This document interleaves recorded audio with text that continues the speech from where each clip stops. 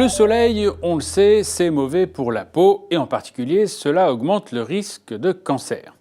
Oui, mais voilà, cela augmente le risque de cancer d'une façon un peu particulière. Des chercheurs américains se sont penchés sur la vie de plus de 110 000 infirmières et en particulier leur lieu de vie pour voir la quantité d'ensoleillement reçue chaque année par ces femmes. En faisant des calculs statistiques plus poussés, ils se sont aperçus de deux choses. La première, c'est que, effectivement, la quantité de soleil prise au cours de la vie augmente le risque de cancer de la peau. Oui, mais pas le risque de cancer de la peau le plus grave, qui est le mélanome. En effet, pour cela, c'est un autre paramètre qui intervient et celui-là est vraiment beaucoup plus étonnant car il s'agit des coups de soleil.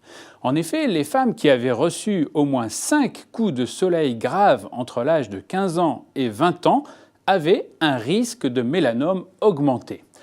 On le voit, c'est bien dans l'enfance que le soleil est le plus dangereux, c'est le moment où il agresse le plus les cellules et l'ADN de ces cellules, provoquant, des années plus tard, ce redoutable cancer de la peau appelé mélanome.